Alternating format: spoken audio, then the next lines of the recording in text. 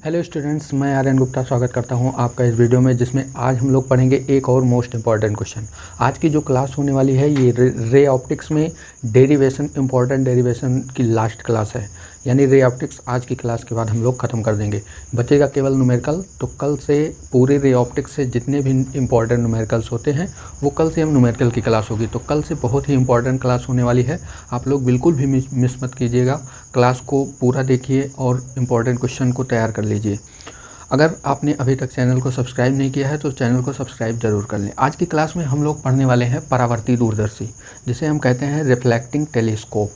ठीक है ना बच्चों, रिफ्लेक्टिंग टेलीस्कोप यानी परावर्ती दूरदर्शी बनाने की आवश्यकता क्यों पड़ी। जब हमारे पास सूक्ष्मदर्शी यानी माइक्रोस्कोप और टेलीस्कोप दूरदर्शी दोनों था तो हमें ज़रूरत क्यों पड़ी परावर्ती दूरदर्शी बनाने की। तो हमने लास्ट क्लास में आप लोगों को सूक्ष्मदर्शी पढ़ाया था, क्योंकि अब की बार इम्पॉर्टेंट क्वेश्चन की पॉइंट ऑफ व्यू से अगर देखा जाए तो अब की बार सूक्ष्मदर्शी इम्पॉर्टेंट है। खगोलीय दूरदर्शी भी, यानी खगोलीय दूरदर्शी को ही अपवर्ती दूरदर्शी कहा जाता है, तो अपवर्ती दूरदर्शी भी इम्पॉर्टेंट है, उतना ज़्यादा नहीं है। बहरहाल आप लोग दोनों इसको रिवाइज़ कर लीजिएगा। मैं आपको केवल सूक्ष्मदर्शी पढ़ाया हूँ और इसके बाद डायरेक्ट मैं आपको परावर्ती दूरदर्शी पढ़ा रहा हूँ। अपवर्ती दूरदर्शी इसलिए नहीं पढ़ा रहा हूँ क्योंकि वो आपकी बात ज़्यादा इम्पोर्टेंट नहीं है। अपवर्ती दूरदर्शी के बाद इसको बनाने की आवश्यकता क्यों पड़ी, तो अपवर्ती दूरदर्शी में कुछ दोष आ गए थे, तो उसको दूर करने के लिए साइंटिस्टों ने कुछ विचार किया और उस विचार करने के बाद जो हल निकाला उससे परावर्ती दूरदर्शी का निर्माण हुआ। इसमें मेन साइंटिस्ट जो थे जिनका योगदान ज़्यादा था उनका नाम था न्यूटन। ठीक है, तो इसलिए न्यूटन का अपवर्ती दूरदर्शी या न्यूटन का परावर्ती दूरदर्शी भी इसे कहा जाता है। ठीक, इसे न्यूटोनियन टेलीस्कोप भी बोलते हैं, इंग्लिश में इसे न्यूटोनियन टेलीस्कोप भी कहा जाता है। दोष क्या था अपवर्ती दूरदर्शी में? अपवर्ती दूरदर्शी में एक सबसे बड़ा दोष था गोलीय विपथन का। ठीक है, जब अपवर्ती दूरदर्शी हम बनाते हैं तो वस्तु की ओर हम एक बड़ा सा उत्तल लेंस रखते हैं और जिस तरफ हमारा आँख रहता है उधर छोटा सा लेंस रखा जाता है। ठीक है, तो बड़ा उत्तल लेंस बनाने के लिए जैसे जितनी दूर वस्तु होगी लेंस उतना ही बड़ा रखना पड़ेगा। तो मान लीजिए जैसे हमें टेलीस्कोप का प्रयोग हम कहाँ करते हैं, जैसे सूर्य, चंद्रमा, नक्षत्र, ग्रहों आदि को देखने के लिए हम टेलीस्कोप का प्रयोग करते हैं। ठीक है, तो जितना दूर देखेंगे उतना ही बड़ा लेंस हमें लगाना पड़ेगा। तो जितना बड़ा उत्तल लेंस बनाएंगे उतना ही क्या होगा, इसका गोलीय विपथन बढ़ जाएगा। गोलीय विपथन का मतलब होता है ये गोलाई। ठीक है, ये गोलाई इसकी बढ़ जाएगी। जैसे मान लीजिए हम और बड़ा लेंस बना रहे हैं, यहाँ पर इतना बड़ा बना दें तो इसकी गोलाई क्या होगी, बढ़ जाएगी। ठीक है, ये गोलाई, ये डिस्टेंस क्या होगी, बढ़ जाएगी। यहाँ पर ये डिस्टेंस इतना है, लेकिन यहाँ पर अगर जैसे दूर देखना हुआ तो ये गोलाई क्या होगी, बढ़ जाएगी। इस गोलाई को बढ़ जाने से जो प्रकाश की किरण आती है वस्तु से वो क्या होती है, उसको यहाँ पर ज़्यादा दूरी कवर करनी पड़ती, इतनी दूरी कवर करनी पड़ रही है। ठीक है ना, या हम कहें इतनी दूरी कवर करनी पड़ती है। तो इतनी दूरी जब अंदर चलता है लेंस के अंदर तो थोड़ा बहुत डिफरेंस आ जाता है, प्रतिबिंब में थोड़ा बहुत डिफरेंस आ जाता है, वो हमें सही से दिखाई नहीं देता है। हालांकि जब बहुत ज़्यादा दूर देखना होता है तब ये कंडीशन आती है, गोलीय विपथन का जो दोष होता है तभी होता है।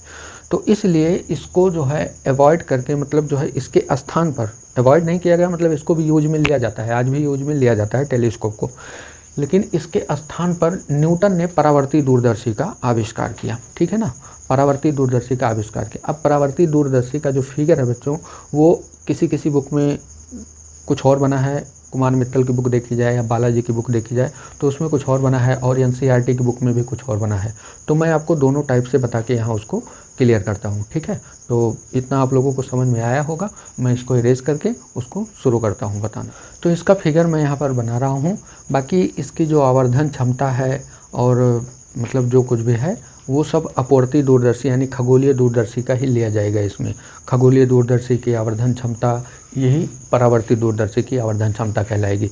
मैं इन सब की रचना कैसे बनता है, उसकी रचना का जो लिखना होता है उसको मैं साइड में यहाँ स्क्रीनशॉट में लगा दूंगा, और हो सकेगा तो आवर्धन का फार्मूला भी मैं यहाँ पर निगमन करा दूंगा, नहीं तो आपको लिखित में मिल जाएगा। जो अपवर्ती दूरदर्शी में यूज होता है वही यहाँ पर होगा। तो यहाँ पर इम्पॉर्टेंट है केवल फिगर। ठीक है बच्चों, इम्पॉर्टेंट एग्जाम में केवल यही पूछेगा, परावर्ती दूरदर्शी का नामांकित चित्र बनाइए, बस यही इतना पूछेगा 5 नंबर में या 3 नंबर में। ठीक है, अगर पूछेगा तो, नहीं तो आपका पूछ लेगा परावर्ती दूरदर्शी क्या है, इसके लिए आवर्धन क्षमता लिखिए, तो केवल आपको फॉर्मूला लिख देना है, बट ड्राइव नहीं करना है। लेकिन अगर खगोलीय दूरदर्शी आता है तो खगोलीय दूरदर्शी में आपको पूरा डेरिवेशन करना होगा, जैसे कल हमने सूक्ष्मदर्शी में कराया था आपको, ठीक है ना। हालांकि वो ज़्यादा इंपॉर्टेंट नहीं है। तो चलिए देखते हैं इसको, परावर्ती दूरदर्शी। इसमें क्या होता है, गोलीय विपतन को दूर करने के लिए लेंस की जगह पे साइंटिस्ट ने क्या किया, एक अवतल दर्पण ले लिया। बड़े द्वारक का क्या ले लिया, एक अवतल दर्पण ले लिया। ये पहला टाइप हम बता रहे हैं, ठीक है। अभी दूसरा टाइप भी आप लोगों को बताएंगे। यहाँ पर एक अवतल दर्पण ले लेते हैं बड़े द्वारक का, ठीक है। बड़े द्वारक का एक अवतल दर्पण ले लिया। अब अवतल दर्पण क्या होता है, अवतल दर्पण में दबे तल पर परावर्तन होता है। अवतल दर्पण में दबे तल पर क्या होता है, परावर्तन होता है। अब चूंकि परावर्तन से चित्र हमें प्राप्त होता है, इसलिए इसको परावर्ती दूरदर्शी कहा जाता है, ठीक है ना। इसको थोड़ा ऊपर ही बनाते हैं ताकि आप लोगों को दिखाई दे। यहाँ पर ये ऐसे बना लेते हैं, ठीक है। अब इसके बाद जो है, ये हो गई इसके मुख्य अक्ष, ठीक है। ये इसका क्या हो गया, मुख्य अक्ष, इसका मुख्य अक्ष हो गया। ये अवतल दर्पण है, इसको नाम दे दीजिए आप लोग M1, ठीक है। इसको नाम दे देते हैं M1। M1 एक अवतल दर्पण है, ठीक है। इसी को अभिदृश्यक भी बोला जाता है। इसको क्या बोला जाता है, अभिदृश्यक, क्योंकि ये वस्तु की ओर लगा रहता है, ठीक है। अभिदृश्यक, ऑब्जेक्टिव लेंस, ऑब्जेक्टिव बोलते हैं इसे, अभिदृश्यक बोलते हैं। लेंस नहीं है, दर्पण है ये, ठीक है। अब हम मान लेते हैं एक वस्तु जो है AB यहाँ पर रखी है, इसके मुख्य अक्ष पर, यहाँ पर मान लेते हैं एक वस्तु यहाँ पर रखी है, इसका नाम दे देते हैं AB, ठीक है। अब ये वस्तु यहाँ पर रखी है। अब इस वस्तु से किरणें चलती हैं और यहाँ दर्पण से टकराती हैं, ठीक है। इस वस्तु से दो किरणें, हम ये मान लेते हैं कि ये वस्तु बहुत दूर अनंत पर है, क्योंकि परावर्ती दूरदर्शी किसके लिए प्रयोग की जाती है, दूर स्थित वस्तुओं को देखने के लिए। तो हम ये मान लेते हैं ये वस्तु बहुत दूर है। अब अगर अनंत पर स्थित है तो अनंत से दो जितनी भी किरणें आएंगी वो सभी किरणें आपस में क्या होंगी, समांतर होंगी। अनंत से आने वाली सभी किरणें क्या होती हैं, समांतर होती हैं। तो हम ये मान लेते हैं यहाँ पर दो किरणें आती हैं, ठीक है ना। हम ये मान लेते हैं यहाँ पर दो किरणें आती हैं। एक किरण हम मान लेते हैं यहाँ पर आ रही है ऐसे, और एक किरण हम मान लेते हैं यहाँ पर आ रही है, इसके जस्ट समांतर, ठीक है ना। दोनों किरणें आपस में क्या है, समांतर है, ठीक है। ये यहाँ से आती हुई प्रतीत हो रही हैं, क्योंकि दूर बहुत है वस्तु, इसलिए हम वहाँ से लेकर नहीं आ रहे हैं, ठीक है। अब देखिए, एक किरण जो यहाँ इसके ध्रुव पर, ये क्या है, ध्रुव है, इसके ध्रुव पर आपतित हुई है, वो सीधा कहाँ से जाएगी, प्रतिबिंब से जाएगी। पहले इसको बना लेते हैं, ये वाली किरण, इसको लेकर जाएंगे, ये ऐसे रिफ्लेक्ट होके चली जाएगी, ठीक, ऐसे रिफ्लेक्ट होके चली जाएगी। और उसके बाद दूसरी वाली किरण यहाँ से, इसको थोड़ा और आगे बढ़ा लेते हैं, ये ऐसे, ठीक। अब दूसरी वाली किरण जो है यहाँ से रिफ्लेक्ट होके ऐसे जाएगी, और दोनों जहाँ पर मिलेंगी वहीं पर क्या बनेगा, प्रतिबिंब बनेगा, ठीक है। दोनों किरणें जहाँ मिलेंगी वहीं पर क्या बनेगा, प्रतिबिंब बनेगा। लेकिन यहाँ पर क्या होता है कि प्रतिबिंब बनने नहीं देते हैं इसके द्वारा, बस जहाँ पर मिलने वाली होती हैं उसके जस्ट पहले ही 45 डिग्री के कोण पर झुका हुआ एक समतल दर्पण रख दिया जाता है, ठीक है। 45 डिग्री के कोण पर झुका हुआ एक समतल दर्पण रख दिया जाता है उसके जस्ट पहले ही। तो हम यहाँ पर इसको रख देते हैं। आप लोग देखिए इसे, देखिए बच्चों, यहाँ पर जो है हमने बताया कि प्रतिबिंब बनता है, लेकिन प्रतिबिंब बनने नहीं दिया जाता है, बस जस्ट उसके पहले ही क्या किया जाता है, 45 डिग्री पर एक समतल दर्पण रख दिया जाता है। तो हम यहाँ पर रख देते हैं, पेन चेंज कर लेते हैं, मान लेते हैं यहाँ पर एक दर्पण रख दिया गया है, जो कितने एंगल पर रखा गया है, 45 डिग्री के कोण पर रखा गया है, ये ऐसे, ये है हमारा समतल दर्पण, ठीक। इसको ध्यान रखिएगा आप लोग कि 45 डिग्री के कोण पर एक समतल दर्पण रख दिया जाता है।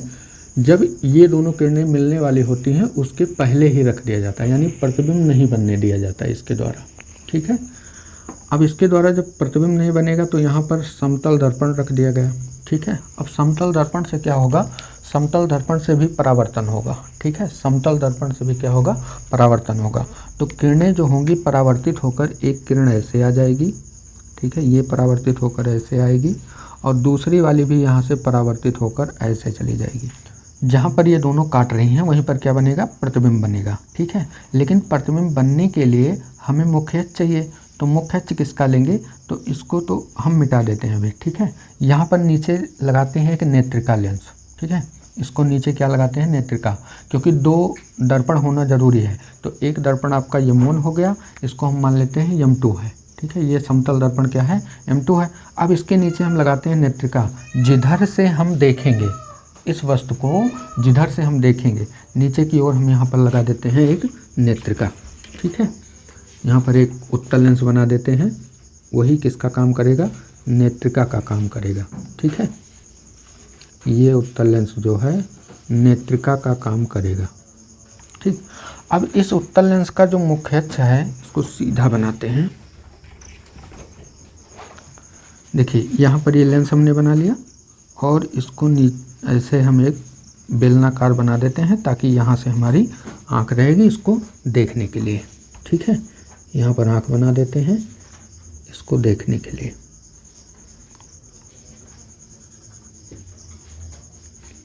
यहाँ से मान लीजिए हम देख रहे हैं। ठीक है, यहाँ से हम इसको देख रहे हैं। तो अब यहाँ पे होगा इसका सेंटर। ठीक है, यहाँ से क्या होगा, इसका सेंटर होगा। ठीक, अब जब ये सेंटर होगा तो हम जो है इसको यहाँ से ऐसे मिला देते हैं पूरा, यहाँ से पूरा ऐसे मुख्य अक्ष पूरा ऐसे डाल देते हैं।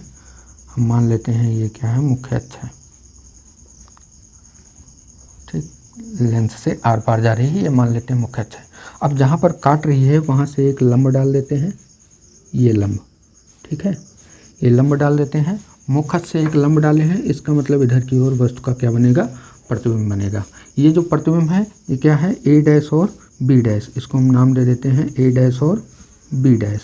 ठीक है, लेकिन जब व्यक्ति आँख से इसको देखता है तो इसका प्रतिबिंब इसको यहाँ नहीं दिखाई देता है, क्योंकि ये किरणें देखिए ऐसे आएंगी तो ये वाली सीधा ऐसे चली जाएगी ऐसा, और ये वाली रिफ्लेक्ट होके ऐसे चली जाती है। ठीक है, यहाँ से क्या होता है, अपवर्तन होता है, तो अपवर्तित होकर ये वाली प्रकाश की किरण यहाँ से ऐसे निकल जाती है। ठीक है, यहाँ से इसको पीछे बढ़ाते हैं, इसको हम इधर बढ़ाएंगे पीछे,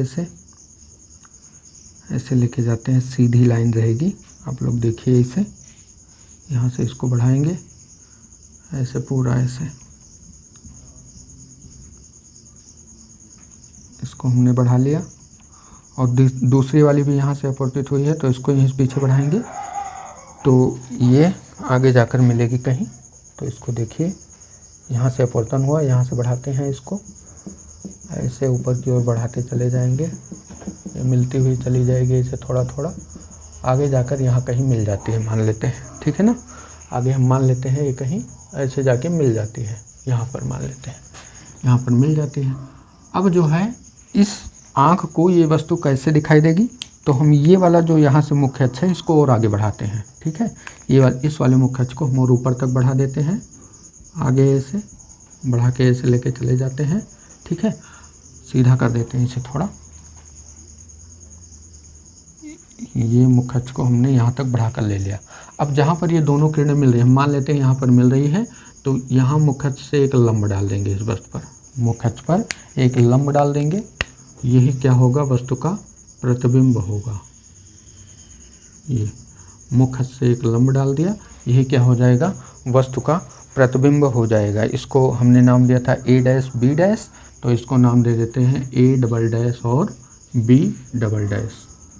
ठीक है ना, यही क्या हो जाएगा, वस्तु का प्रतिबिंब हो जाएगा। ठीक, आप लोग देख लीजिए इसे, एक बार मैं फिर से रिवाइज करा देता हूँ। देखिए यहाँ पर सबसे पहले हम क्या लेंगे, एक अवतल दर्पण लेंगे बड़े द्वारक का, जिसको हम क्या बोलते हैं, M1 यानी अभिदृश्यक।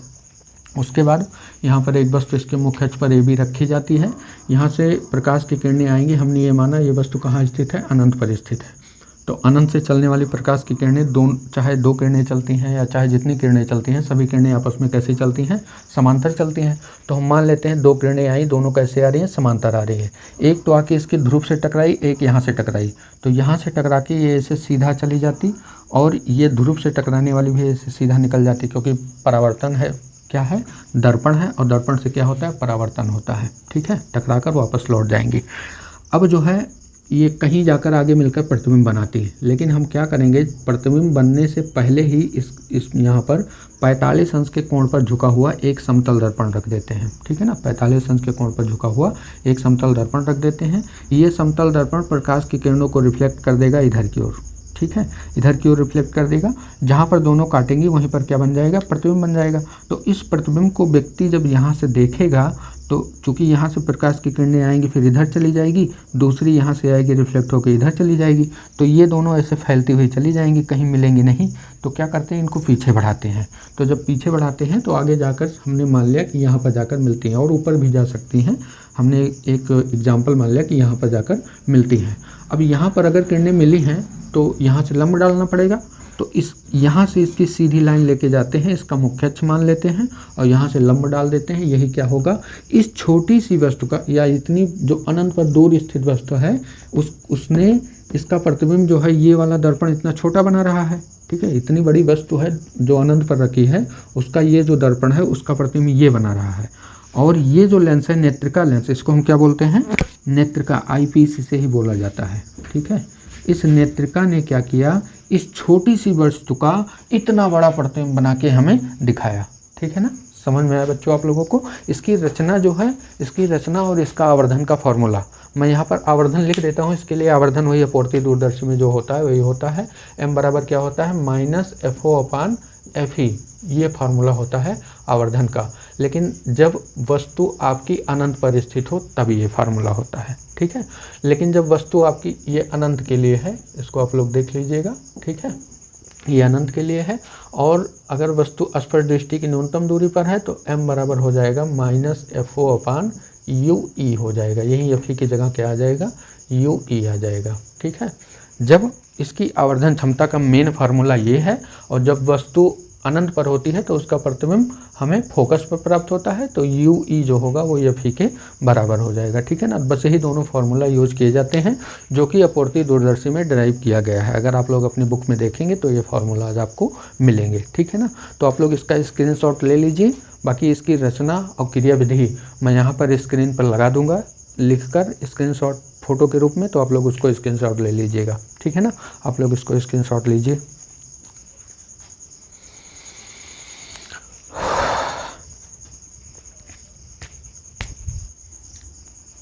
अब जो है बच्चों, एक तो हमने पढ़ लिया एक टाइप, अब दूसरा टाइप जो है ये NCERT में दिया है, मैं इसको बताने जा रहा हूँ आप लोगों को। इसका नाम है परावर्ती दूरदर्शी भी नाम है, लेकिन इसे कैसेग्रेन व्यवस्था भी कहते हैं। ठीक है, NCERT में सीधे लिखा है कैसेग्रेन अरेंजमेंट। ठीक है ना, तो कैसेग्रेन अरेंजमेंट कैसे किया है, इसको भी न्यूटन ने ही बनाया था। ठीक है, इसको भी किसने बनाया था, न्यूटन ने बनाया था, इसलिए इसको न्यूटोनियन टेलीस्कोप भी कहा जाता है। इसमें क्या होता है, एक बड़े द्वारक का अवतल दर्पण होता है। ठीक है, बड़े द्वारक का एक क्या होता है, अवतल दर्पण होता है, और ये अवतल दर्पण यहाँ बीच से क्या होता है, कटा होता है। ठीक है, ये अवतल दर्पण यहाँ बीच से कटा होता है केवल वस्तु को देखने के लिए। ठीक है, यहाँ पर आगे लेंस लगाया जाता है। ठीक है, इसको हम बोलते हैं अभिदृश्यक। ये किसका काम करता है, अभिदृश्यक का काम करता है। ठीक है, ये जो है अभिदृश्यक लेंस का काम करता है। ठीक, अब इसको आगे ऐसे बढ़ा लेते हैं, सीधी लाइन बेलनाकार बना होता है ये। ठीक है, पूरी एक नली में फिट होता है ये। ठीक है, तो इसको ऐसे सीधे बना लीजिए, यहाँ से ये लाइन बना लेते हैं ये। ठीक है, ये पूरा एक बेलनाकार नली में क्या होता है, फिट होता है। अब जो अनंत से प्रकाश की किरणें आती हैं, अनंत से जो प्रकाश की किरणें आती हैं वो ऐसे चलकर आकर यहाँ पर टकराती हैं इससे। ठीक है, ऐसे यहाँ से भी आएंगी, तो प्रकाश की किरणें अनंत से चलकर आईं और इस दर्पण से टकराएंगी। ठीक है, अब दर्पण से परावर्तन होता है, इसलिए दोनों प्रकाश की किरणें इधर की ओर मुड़ेंगी। ठीक है, तो जहाँ पर मुड़ती हैं यहीं बीच में हम एक अवतल दर्पण और लगा देते हैं। सॉरी, अवतल दर्पण नहीं, एक उत्तल दर्पण लगा देते हैं। यहाँ पर क्या लगा देते हैं, एक उत्तल दर्पण लगा देते हैं। ठीक है, अब उत्तल दर्पण क्या करेगा, जब ये प्रकाश की किरण यहाँ से टकरा के इस पर आकर गिरेगी तो ये क्या करेगा, प्रकाश की किरणों को भेज देगा इधर। ऐसे ये भी टकरा के आकर यहाँ पड़ेगी और ये क्या करेगा, ये भी इधर की ओर भेज देगा, ठीक है ना। यहाँ से इसको एरो बना लीजिए कि ये जा रही है, ये इधर रिफ्लेक्ट होके जा रही है। अब ये वाली प्रकाश की किरण जब ये टकराएगी तो ये ऐसे चली जाएगी और ये वाली टकरा के ऐसे निकल जाएगी, ठीक है। दोनों किरणें यहाँ पर जाएंगी और नली में यहाँ पर एक क्या फिट होता है, एक नेत्रिका फिट करते हैं, ठीक है। नेत्रिका मतलब लेंस ही लगा होता है। कौन सा लेंस होता है, उत्तल लेंस लगा होता है। यहाँ पर क्या लगा होता है, उत्तल लेंस लगा होता है, ठीक है। एक उत्तल लेंस लगा होता है। अब ये प्रकाश की किरण जाएगी तो यहाँ से ये रिफ्लेक्ट हो जाएगी, यहाँ से ये जाएगी, ये रिफ्लेक्ट हो जाएगी और आगे जाकर कहीं मिलेगी, ठीक है ना। आगे जाकर कहीं मिलेगी और यहीं पर क्या होती है, मनुष्य की आँख होती है, यानी व्यक्ति जो है वो यहीं से देखता है, ठीक है। व्यक्ति जो है वो यहीं से इसको देखता है, ठीक है ना। इसका फिगर ये है, ठीक। बहुत सिंपल सा है फिगर, आप लोग देख लीजिए। आवर्धन क्षमता इसकी वही रहेगी जो भी हमने आपको लिखाया था, ठीक है। इसकी भी आवर्धन क्षमता वही रहेगी। ध्यान देना बच्चों, ये जो दर्पण है ये उत्तल दर्पण है। ये वाला जो है ये कौन सा दर्पण है, ये उत्तल दर्पण है, या इसे हम द्वितीयक दर्पण भी कहते हैं, ठीक है। सेकेंडरी मिरर है ये सेकेंडरी मिरर है। ये प्राथमिक मिरर है। प्राथमिक मिरर जो होता है उसको अभिदृश्यक बोला गया है और ये सेकेंडरी मिरर है, इसको उत्तल है, उत्तल दर्पण, इसको बोला गया है सेकेंडरी मिरर, ठीक। और यहाँ पर आपका क्या लगा है, ये है आपकी नेत्रिका, चूँकि ये हमारे नेत्र की ओर है, ठीक है। स्क्रीनशॉट लीजिए आप लोग इसका, ठीक है।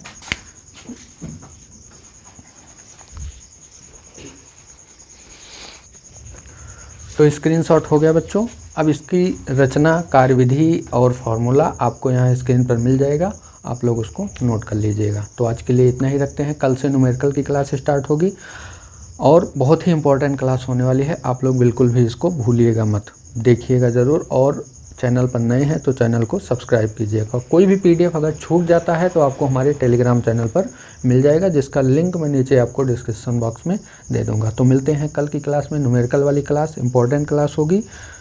तो तब तक आप लोग पढ़ाई करते रहिए, मस्त रहिए। जय हिंद, जय भारत।